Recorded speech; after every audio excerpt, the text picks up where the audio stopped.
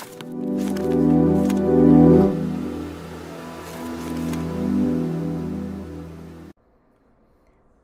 day everyone, Doc Mika here, and this is the next module in surgery.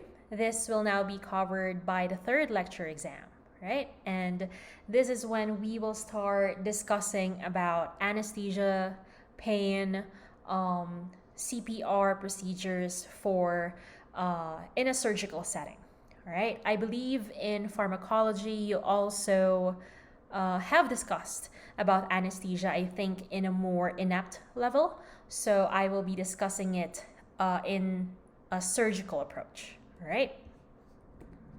So some terminologies in anesthesiology, all right? And I hope that you remember these and the differences of each one, all right? Analgesia would be the loss of sensitivity to pain without unconsciousness or sleep, right?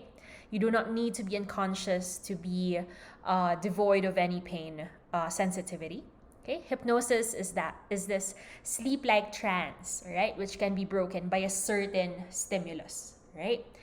Sedation. This is the mild depression of the central nervous system with the patient still awake, not totally unconscious, but they are more calmer or more docile, right? And in dose-dependent effect, this may result to drowsiness and sleep, right? Tranquilization or neurolepsis is the state of calmness in an awake and relaxed patient. Now, in some practitioners, they use the term sedation and tranquilization pretty much synonymously. I know that in pharmacology that would have a difference. But for us, I don't really use tranquilized as compared to sedated. I usually term patients given sedative drugs or tranquilizer drugs as sedated only. Right? Now, there is also the other end of the spectrum wherein exaggerated naman yung response nila to pain. Okay? Too much pain naman. So, we call that hyperalgesia, wherein a normal painful stimulus would, for example, give you a pain level of 5, but the patient is feeling a pain level of more than that, all right? And a painful response to normal stimuli like touch or mild pressure, which should not induce any pain or any painful feeling to the patient, is called allodynia, right? And there is a lot of pathologies that could cause these conditions in an animal, even before surgery, all right? So, anesthesia, right? When we talk about anesthesia in our patients, may it be companion animal medicine or farm animals, basically you have two, right? General and local. Anong pinagkaiba? And I think you know this already. I'll be going at it quite faster because I know you have discussed this as well in pharma, right? When you're discussing anesthetic drugs, right? General anesthesia would be a reversible, controlled, drug-induced depression of the entire central nervous system wherein the patient is unresponsive to any noxious or painful stimuli, right? Your patient is unconscious in a general anesthesia, right? And you can achieve this with certain methods and certain preparations of drugs. It could be a systemic induction wherein you are administering the anesthetic drug to the systemic circulation via an intravenous route or intramuscular route, right? Or it could be a respiratory induction, right? And you could use one drug or a combination of them.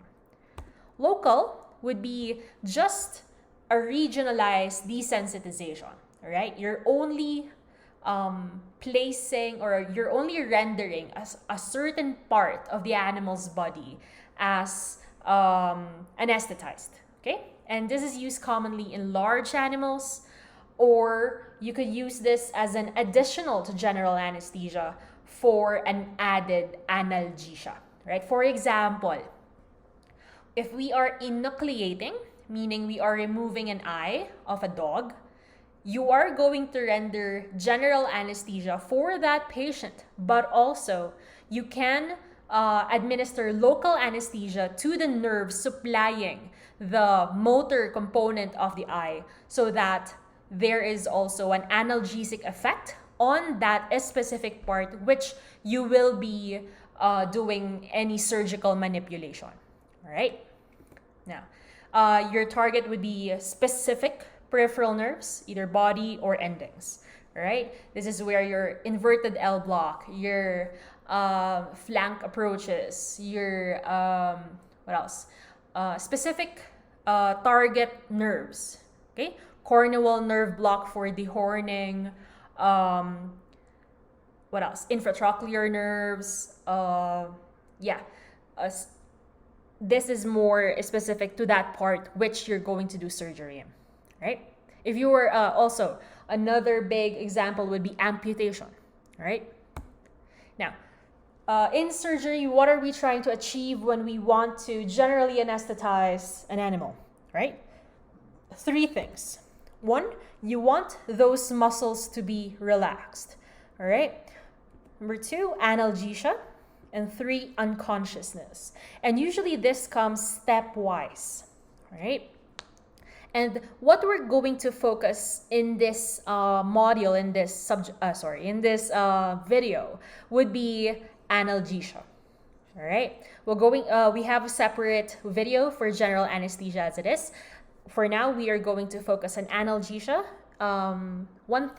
One reason why I thought it very important na i-discuss natin ang pain management ng animal, because this is one of the neglected processes in medicine.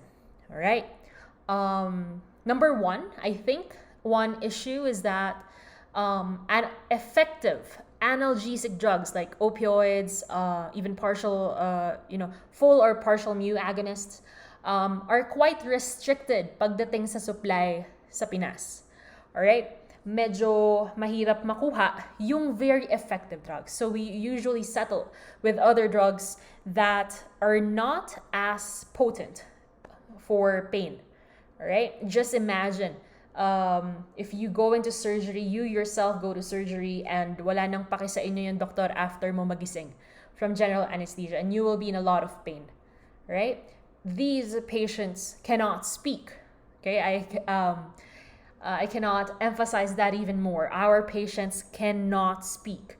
They cannot say, anong pain level ko, masakit ang tiyan ko, namamanhid yung paa ko. They cannot say that. So we always base it on signs and the behavior of the animal to assess any pain, any change in behavior, any pathological condition. Okay, which makes our jobs way harder than it should be.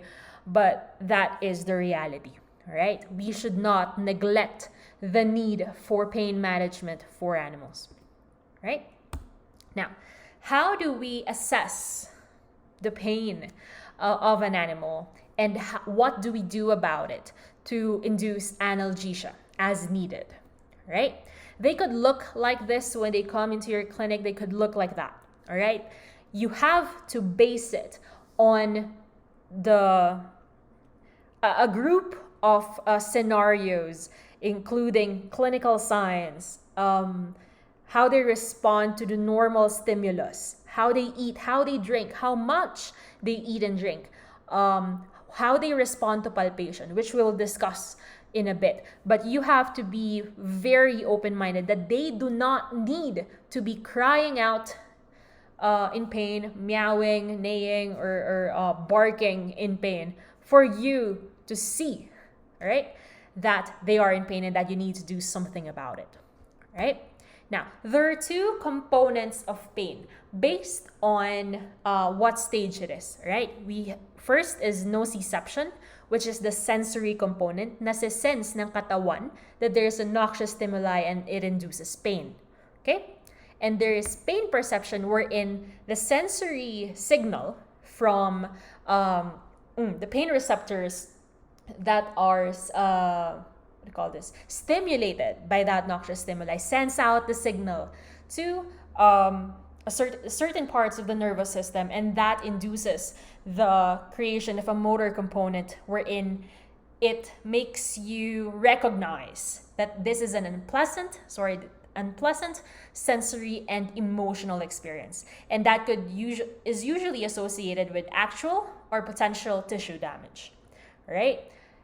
In a regular class setting, this is one of the I don't know, fun, most fun lectures, because we're talking about pain. Ang usual question ko sa mga estudyante is, how do you handle pain?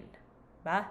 And they go into this tirade of heartbreaks and different kinds of pain, emotional pain, and that makes it into a very interesting lecture.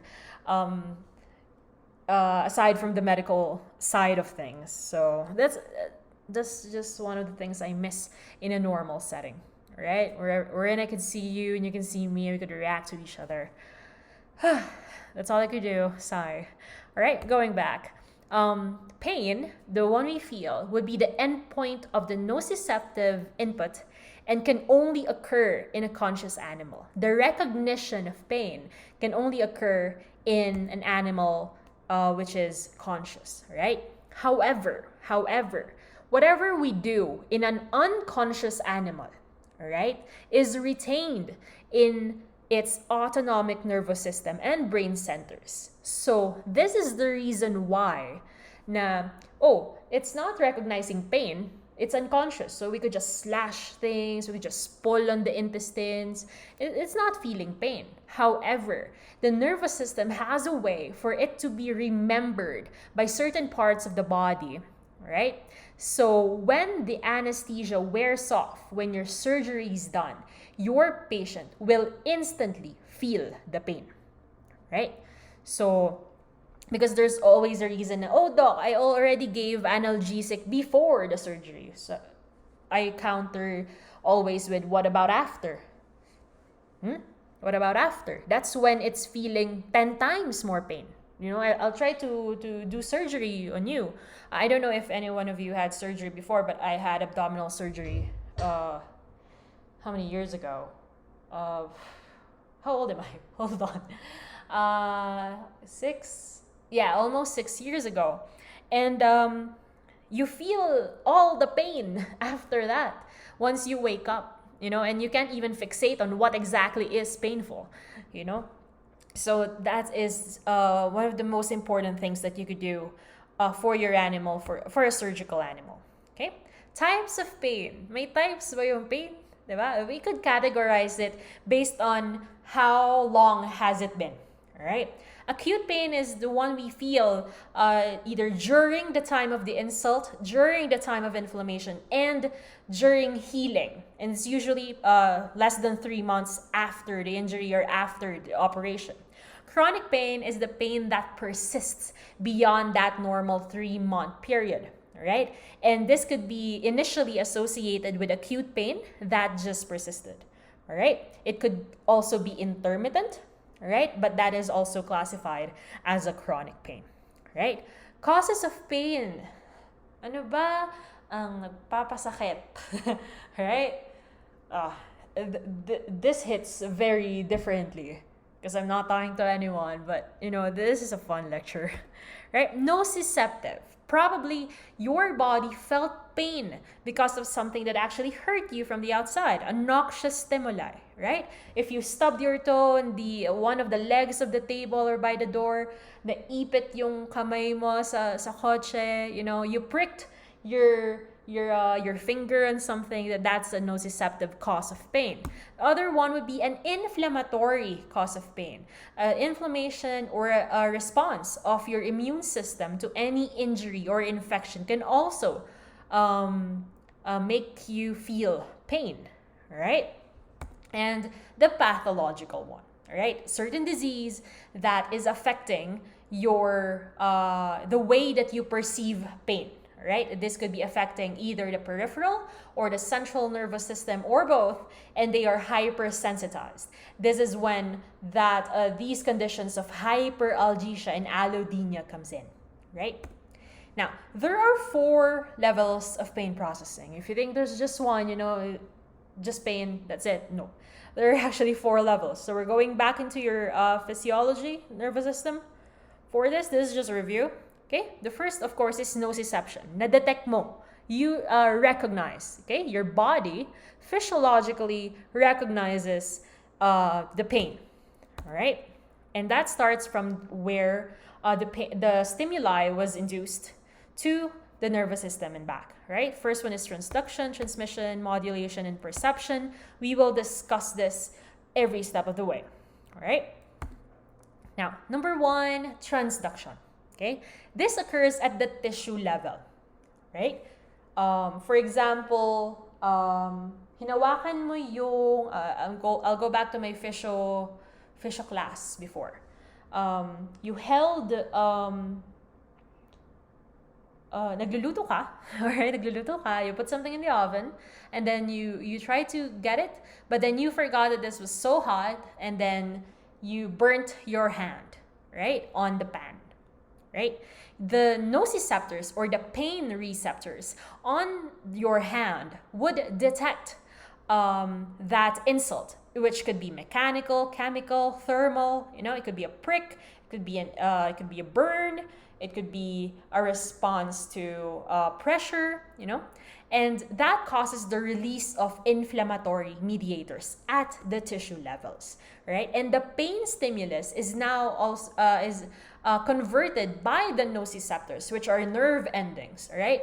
And they are converted into electrical signals, right? And in this level of pain, all right, this level of pain processing, dito nag-act yung mga analgesics na to.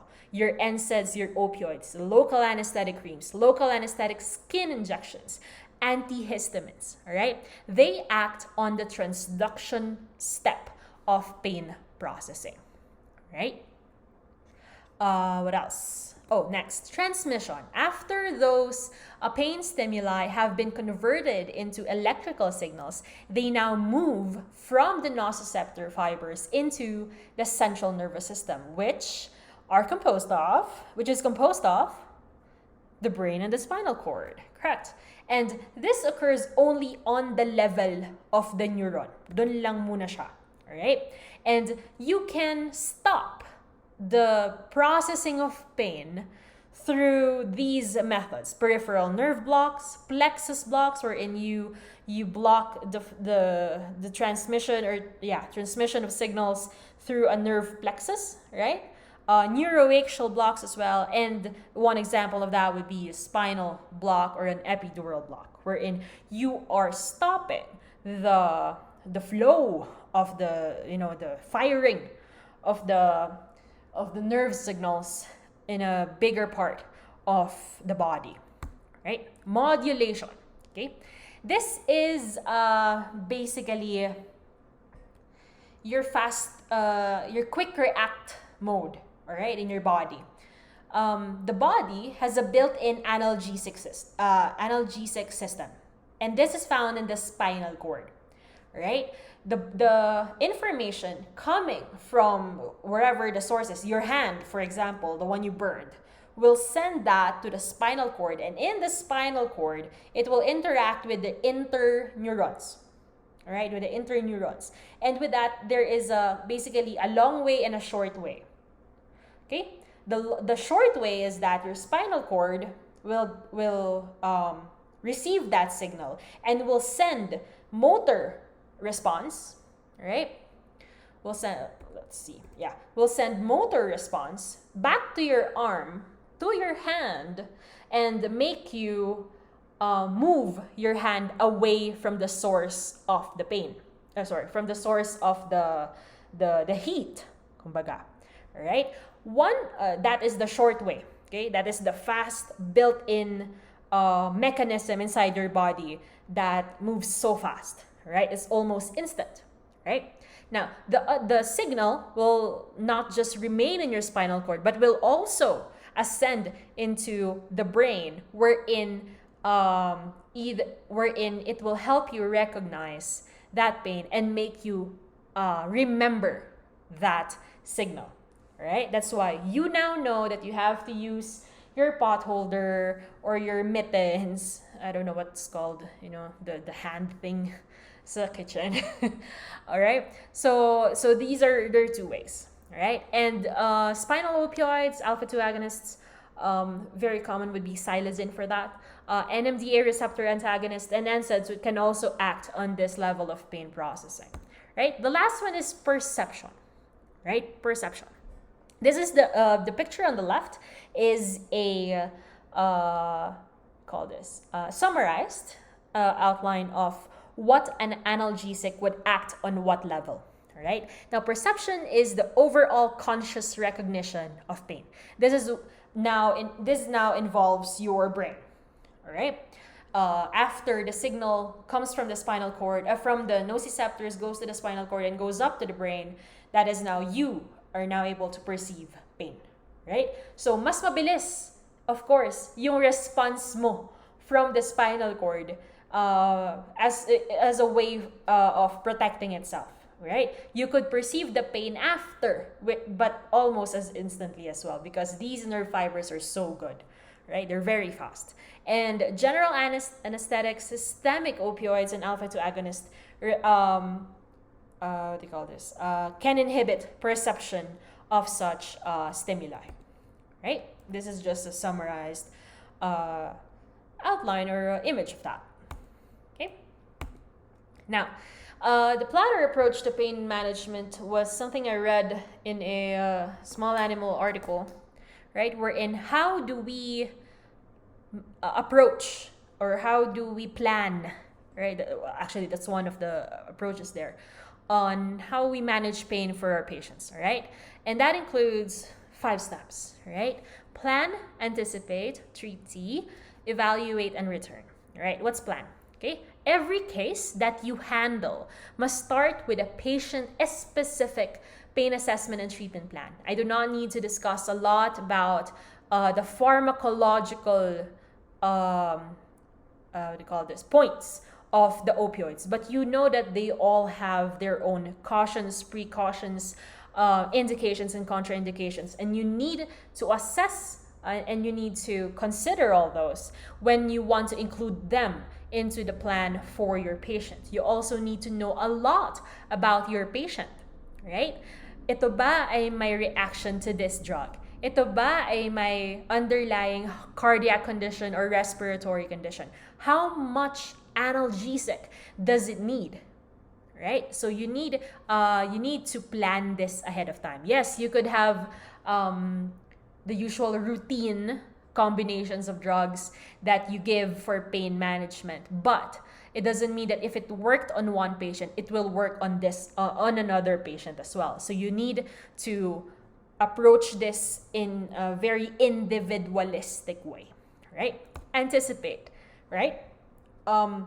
If you are doing a surgery on an animal, the part of anticipation for pain is already there, right? You have to anticipate that your patient will be experiencing pain at some point of your treatment plan, especially if your treatment plan will include surgery, right? So you must anticipate that. You also must anticipate the response of your patient. Will it work? What will I do if my number one choice for analgesic is not working? What will I do? Will I up the dose? Will I combine it with another drug? Or will I replace it with another drug? Right? Now, treat T is you provide the appropriate treatment depending on the type. Okay? Type, severity, duration of pain expected. All right? That's also a part of your plan. All right? Is this an acute pain? Is it a chronic pain? How will your patient react to a different kind of medication? What is the duration of your medication and how will you assess it, right? There we go. Assess the efficacy of your treatment, okay? Given by, you can assess it through pain scoring, which we'll discuss in a bit, or a client questionnaire, all right? You, the person who knows the patient most is the client, right? We could also debate, on how good the client is.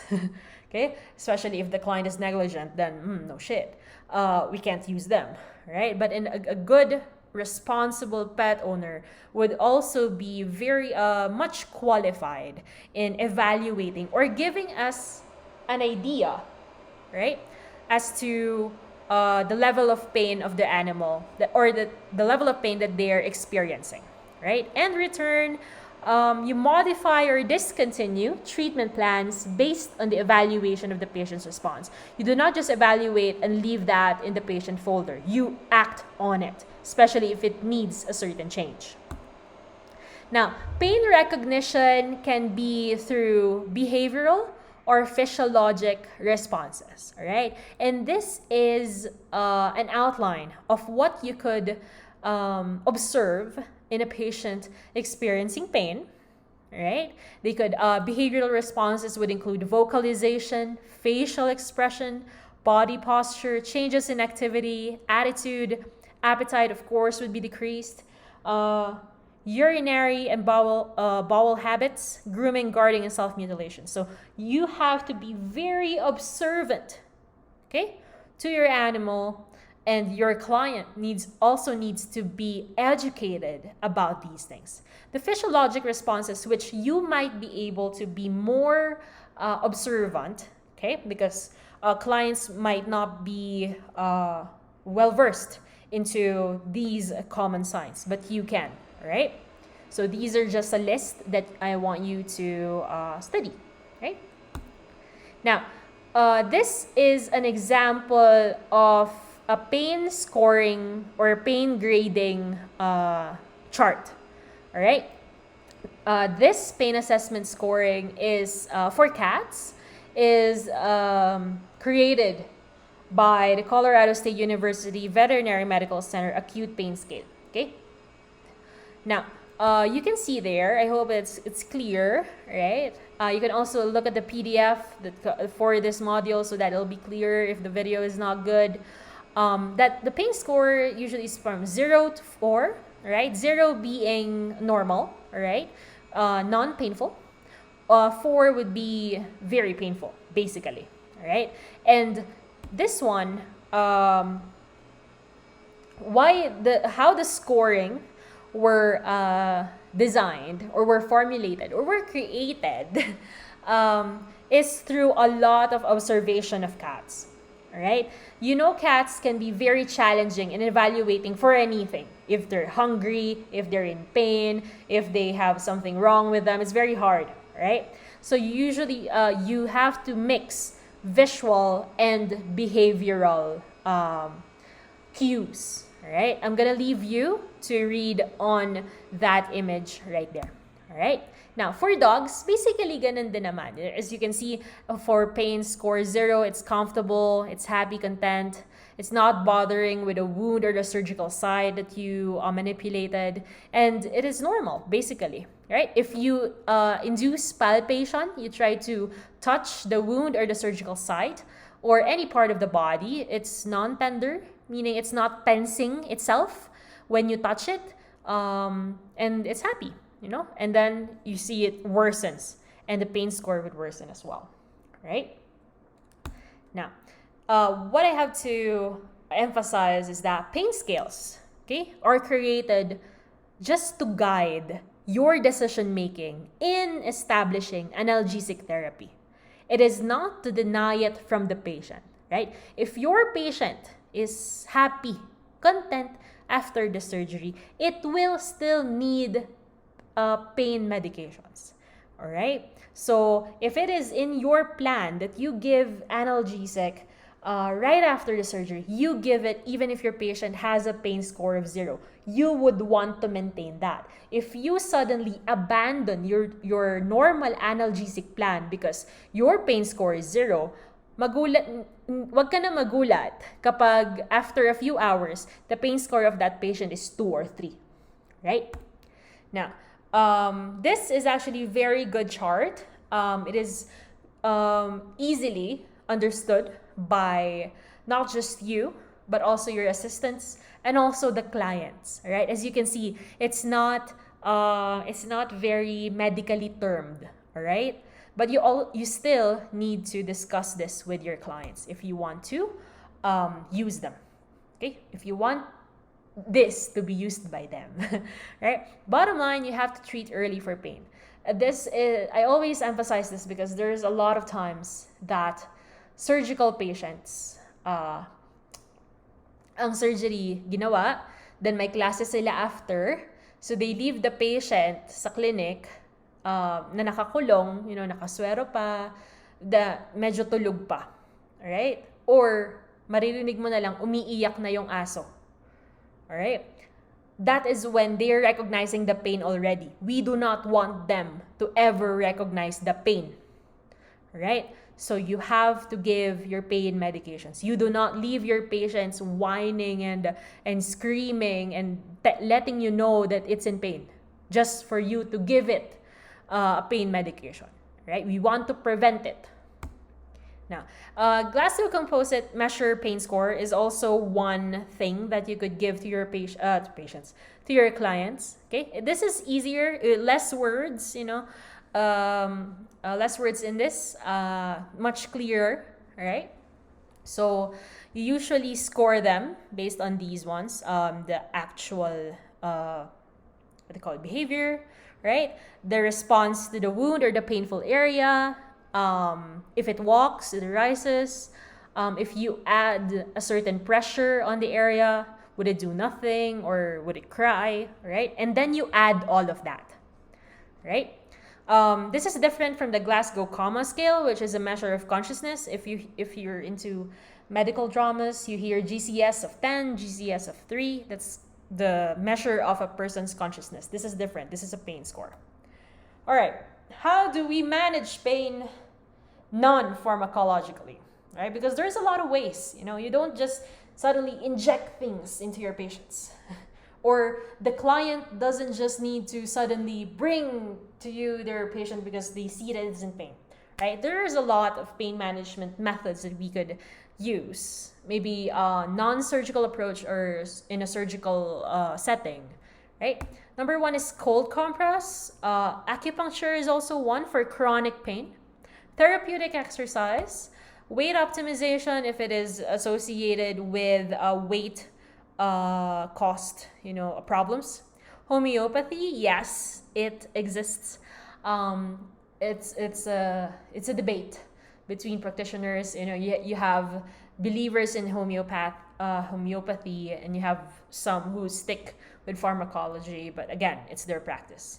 Right? And environmental modifications. If it is the environment of the animal that is causing it to have chronic pain or lets the acute pain persist, then you have to modify some things, right? Now let's go to the more exciting part. Basically, the efficacy is not questioned, basically. All right?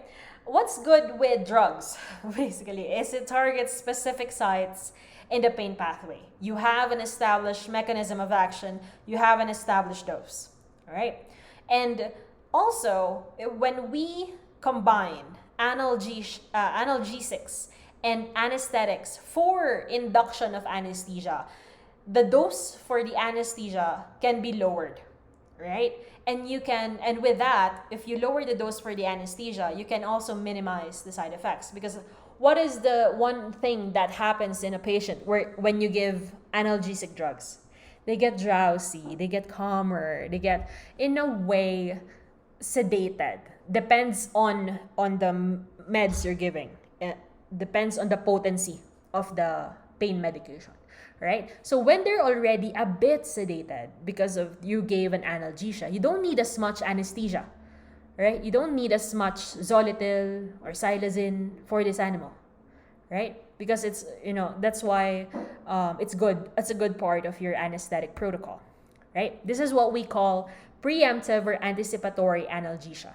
You provide it prior to the intended surgery, and this is found to be more effective than reactive analgesia. Reactive analgesia is when you give pain medications when the patient is clearly showing signs of pain or perception of pain, right? What could you use for pharmacological pain management? Opioids, of course, NSAIDs, you're acting on that COX-2 inhibitors, alpha adrenergic agonists, local anesthetics, yes, NMDA antagonists, and anti-convulsants. I will be enumerating these specific drugs, but I know you've discussed these already, so I'm gonna go at it in a faster pace. All right, opioids. This is the most effective drug class for acute pain management. This is also why these are easily abused. All right, if you watch some documentaries, or if you're keeping in touch with other issues in the world, opioid epidemic is a big problem, not just in the U.S. but also in a lot of countries wherein opioids are the first thing that we give for acute pain. All right, number one, because it's the most effective. Give it 2 minutes, it's good, right? If you have a back problem, if you have a spinal problem, for humans, if you have a spinal problem, then you take opioids and magically it's gone, right? But that is also why it is commonly abused, okay? The body produces its own opioids, which act on certain receptors, okay? Mu, kappa, gamma, to minimize pain. And how they react on the receptors could be differentiated, right? You have the agonist, you have the partial agonist, agonist-antagonist, and antagonist, right? So agonists would turn the receptor fully on. That would be morphine, methadone, fentanyl. Partial agonist, buprenorphine.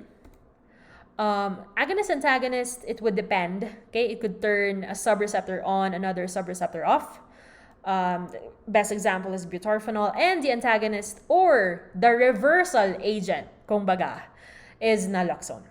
All right, do not forget naloxone for opioids. Always a question in the boards.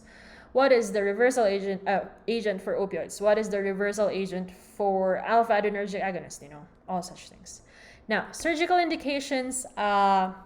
This is based on experience. The pre-op medication, okay, usually would include opioids and a sedative, right? It depends on the situation, but sometimes they can be combined, right? The usual sedative would be acepromazine, midaz, the benzodiazepines, and the alpha adrenergic agonist right there, dexmedetomidine, or Dormitor in a clinical setting, the brand. All right, so you could combine them or not, depending, right? I don't know if you have buprenorphine. I don't know if you have buprenorphine or butorphanol. You have both here. But there's a bit of a debate between these two, right? With the butorphanol, there is limited somatic analgesia, right? Muscles, skin, peripherally, and very short duration of visceral analgesia. With buprenorphine, it has better analgesia, according to an article, 6 hours post-spay in cats if given before surgery and after wound closure. So with cats, there's this mas gustong gamitin ang buprenorphine as compared to butorphanol, especially if you did some visceral manipulation like spay. Okay? Cats, sub-Q opioid is not recommended. You might see it in the manufacturing thing, the leaflet thing, but it's not recommended. For one, it takes the onset of action is so slow, right? IV and IM are preferred, but also for cats, since it will be hard, to administer anything to a cat, basically. Oral, IVIM, it's quite hard to handle, especially if you're not used to it. They get fractious very fast, and they don't react so well with strangers or when they are in a different place. So you also the transmucosal or buccal route. You basically you have a syringe without the needle. The med is there, and then you put it on the gums. Okay, you just put it on the gums. It's gonna be in the oral cavity, right? And you just let it be absorbed in that route, right? You don't have to target under the tongue. Some does, but cats bite so hard, right? So basically, the mucous membranes, and that is also one thing that you could recommend to an owner kasi madali nilang gawin yon. Right? So, drug interactions with opioids, there's just a summary. They are highly synergistic with alpha-2 adrenergic agonists. I always say dexmedetomidine. Detomidine is for horses and cows, right? Dexmedetomidine is for companion animals. And when you combine them, opioids and alpha-2 adrenergic agonists, you permit low-dose combinations. And when you use a low dose, you minimize the adverse effects, right? And this could give you good sedation and analgesia, not just not just sedation, but also analgesia, right? So this is dexdomitor, usually at a 0.5 mg per ml prep, right? And the doses are right there. Why is it M2? Sorry. The sedation and analgesia dose, I think. Oh, I will attach the leaflet for this because they have a specific dosing for it. I'll attach it with the post. Right? Opioids. Okay, let's start. Full mu agonist. Number 1 is morphine. This is a naturally derived opioid, and is usually given as a constant rate infusion. Not common anymore because of the systemic adverse effects that it has showed. But still, in some countries, this is the only one they have. So I just remember the dose, right? It must be given slowly over 5 to 10 minutes to avoid hypotension. It has been found to cause histamine release after IV administration, which causes the blood vessels to dilate, and that causes the blood pressure to just go down, right? So you have to give it slowly. Okay. Methadone. This is more common, right? This is still a restricted one. Like, for example, you're in a clinic, you have to lock it in a place because this can also be abused by people. They steal an injection of methadone and just shoot it right in their arm, and they're in heaven. According to them, it's like euphoria. I think there was a documentary in HBO Max. Yeah, there is a very good documentary about opioid epidemic, which is a good view of it. Especially in when you grow up in a country wherein drugs is a no go, and then you see other countries wherein they're basically over the counter. You're like, whoa, it's good to watch such things, so that you learn even outside your whatever career. Just have interest. I hope that. Okay, I'm gonna say it again. I hope that with this online thing, what I fear is your love for the career, your love for the industry will not be, I don't know, dampened by what's going on with how you're learning. A lot of you really wants to be a doctor. You really want to help animals. Some of you have I don't know, family businesses that you want to take care of. I just hope that this online classes and the way that you are learning or pushed to learn does not make you discouraged into being a veterinarian. We can only hope for the best. No one has it. Yeah, it is very frustrating when I think about it. Number 1, because you want to see something better, but then you can't really do anything about it. You want to ensure that you're giving full service that every student deserves, but you cannot assure them that if you teach it this way, they will learn. It's just very emotionally discouraging as well. And I think professors would feel it this way then. Kasi when we teach, we want to make sure na natututo kayo. And we want to make sure that you're better for it. So even us, we're on the edge when uh, it has been said that it will be the norm. It was never the norm. We are forced to adjust, but the consequences of such band-aid solution is so drastic and so troubling for me. you know I mean, I put myself in your shoes and I learned surgery like this, and I don't know, man. I would I graduated with no online classes, and still when I went out of the industry, went out into the industry, and I started being a doctor when I got my license. I was still crapping my pants when I didn't know what to do. So being with each other, learning this, seeing it for yourself, doing it yourself is such an important thing, and nothing can replace it. No technology, no video, no demonstration, can match the actual conduct of classes, especially a surgery class. God. So all we can do is hope. We can't really do anything about it, and yeah, hang in there, I guess. Hang in there. I'll hang in here for the end of the sem, but basically that's it. I'm out after this semester. So hang in there, guys. That's all I can say. And surround yourself with good things.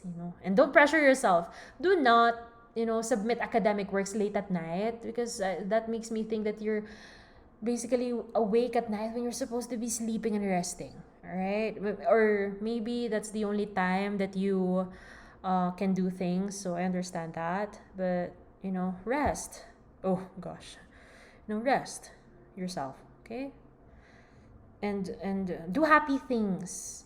I procrastinate a lot, and I know I don't have a grade that is on the line, but grades are just grades. They're just numbers on a paper. Diskarte niyo pa rin ang pinaka-importante sa buhay. Alright? Back! Alright. Oh, did I discuss that? Methadone. This is preferred because it has less adverse effects.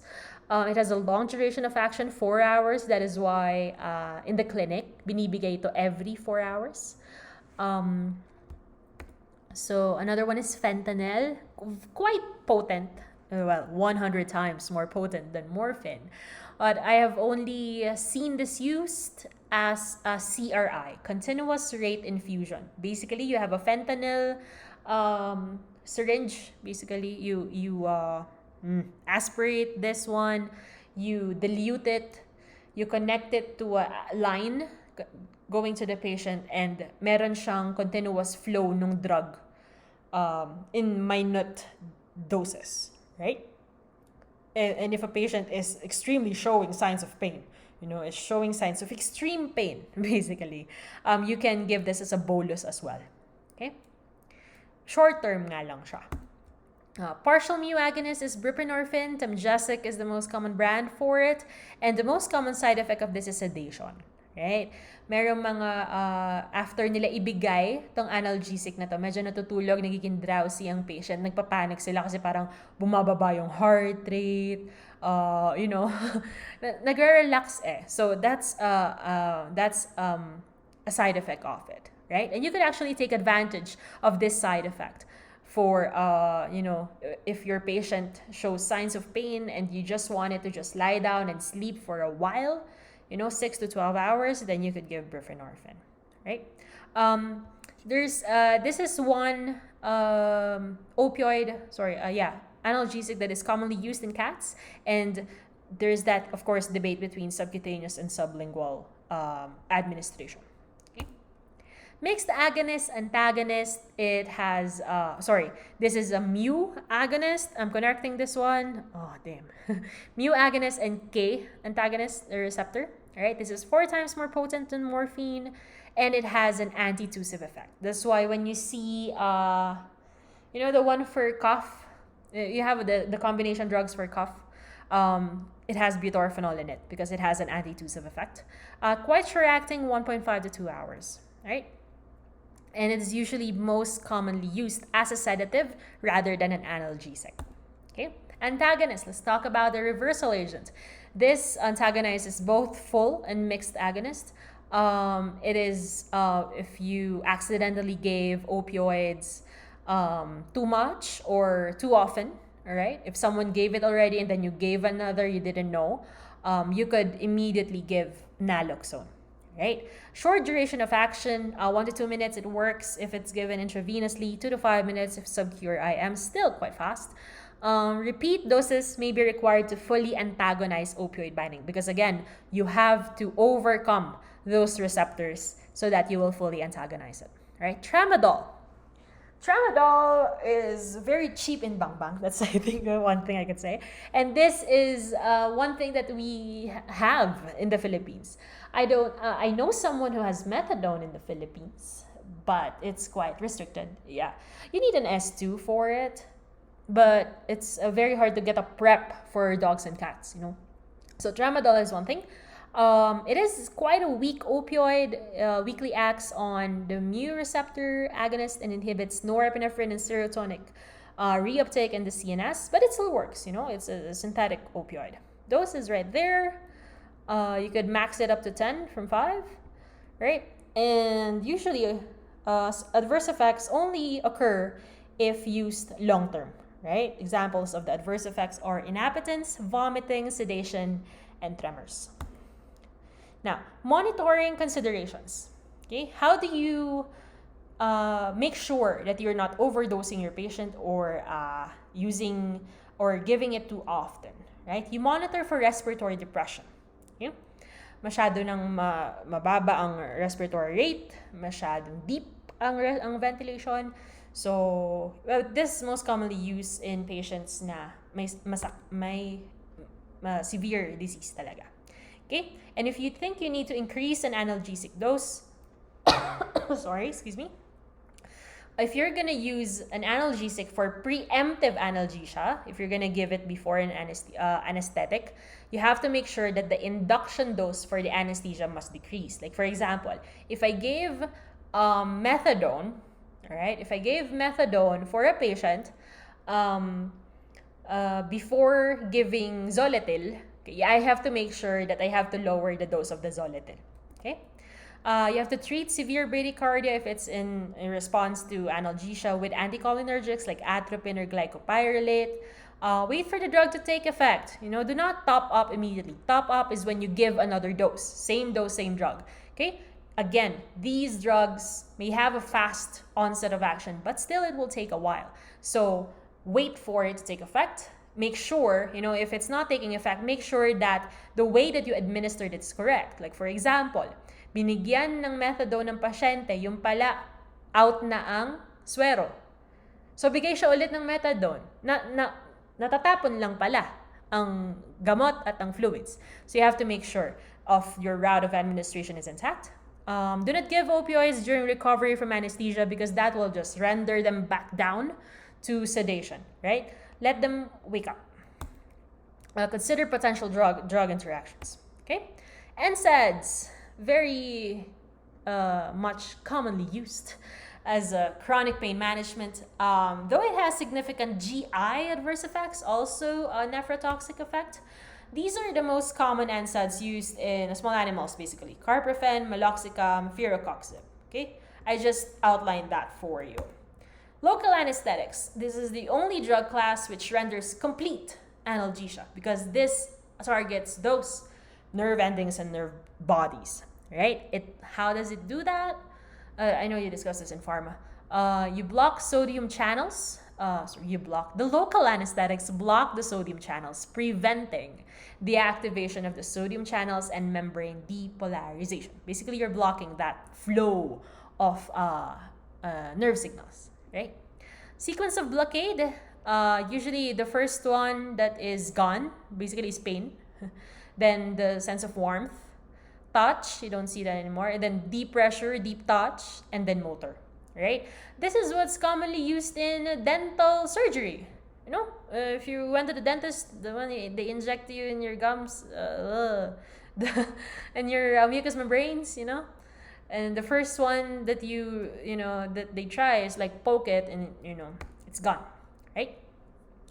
Um, the adverse effects associated with local anesthetics are usually seen after local anesthetic was accidentally administered intravascularly. Okay, that is why local anesthetic, you do not want it to go into the systemic circulation. You just want it to remain on that specific body part, right? Most common local anesthetic use would be lidocaine and bupivacaine. Okay, doses are there for dogs and cats. I only discuss mostly in dogs and cats because there's an anesthesia module for large animal surgery, VSUR50, wherein we'll focus on the anesthetic level. Well, someone else will, not me. But because it's very difficult if I'm going to discuss it to you right now and then you're gonna experience it later pa. It's like once I'm after, it's no use, right? Local anesthetics do not work in infected environments with in areas with fluid accumulation because it cannot be in contact with the nerve endings, so you have to assess first. Okay, NMDA stands for N-methyl D-aspartate receptor. And the most common analgesic acting on this receptor is ketamine. Ketamine is actually a dissociative anesthetic which has an analgesic effect for somatic pain. Okay? And when this is used as an anesthetic, the analgesic effect starts before surgery and lasts into the post-operative period. Again, this is also one of the abused drugs right there. All right, and this is again, you usually add it with other analgesics. You could add a butorphanol with it. What else? You could add a benzodiazepine with it, right? So the multimodal approach that I'm talking about here, okay, is for analgesia. Basically, for analgesia is what we call the FLK CRI. Okay, most common. You're combining 3 drugs: fentanyl, which is an opioid, lidocaine, which is a local anesthetic, and a ketamine, which is a dissociative anesthetic. Okay, this is for when your patient is deeply, extremely in pain. What do I mean? GDV, those with bloat, right? Number 2, hit by cars, traumatic injuries, right? For those patients with traumatic injuries. 3, literally big wounds in a patient, burn wounds on a patient. All right, and how do you make it? Basically, you get 1 bag of 1 liter of LRS or 0.9% NaCl, right? And then you compute for this one, right? Fentanyl, lidocaine, ketamine. For example, you have to give a total of these drugs, like for example, 60 ml total nung lahat ng drugs na yun. You have to remove for 60 ml of the fluids inside the bag, and then you replace it with these drugs, right? And when you combine these ones, they augment, okay, each other's analgesic effects, even at low doses, and it minimizes the possibility of adverse effects, right? And one thing, a lidocaine, if you have seen a bottle of lidocaine, it's brown, okay? It cannot be, it loses basically a part of its effect if it's exposed to light. So you have to make sure that the bag you make is covered with a black cloth or something para hindi matamaan, right? So this actually works fast. This is a very good analgesic protocol. Another thing that we use are anti-convulsants, gabapentin, more for neuropathic pain. That's what I remember for this. Yeah, neuropathic and chronic pathological pain in dogs and cats. Okay, but sometimes it makes them woozy, I guess. Okay, it is only oral preparation, mainly indicated for those with neurological problems, seizures, and vestibular pathologies. That's the dose for it. Okay, now this is a what do you call this? A summary of typical pain modalities. See that pharmaceuticals, acupuncture, the one in the columns, weight management, therapeutic joint diets, and usual surgical procedures or veterinary procedures, right? You have soft tissue abdominal surgery, which these are indicated, dental surgery, orthopedic surgery, and hospital procedures. IV catheterization, catheter replacement, deep bone marrow aspirate, anal sac expression. Yeah, sometimes that will work with a sedative or even without. Ear cleaning, sometimes, again, your plan needs to be patient specific. All right, summary. Number one, sorry, it's wordy. You always anticipate pain.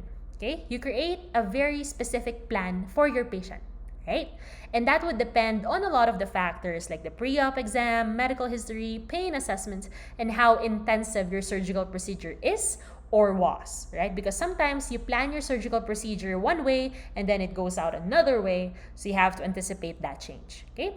Pain control is not just about drugs, but there's also those non-pharmaceutical methods you can offer for your patients for management of pain, especially chronic pain, because there are always adverse effects if you manage pain pharmacologically na long term, right? Pain scoring considered the fourth vital sign, actually. Temperature, heart rate, respiratory rate, pain score. Right? And this is to be assessed before and after a surgery and thereafter, right? I usually ask this to be scored by the nurses when they take care of their patients after the surgery, and they monitor that all for 1 week, right? Twice a day for 1 week, right? It is done to guide your analgesic plan. Do you need to give more, or can you what do you call this? Can you I lost the word for it. Damn. Pwede mo na ba siyang tanggalan unti-unti ng analgesia? Okay?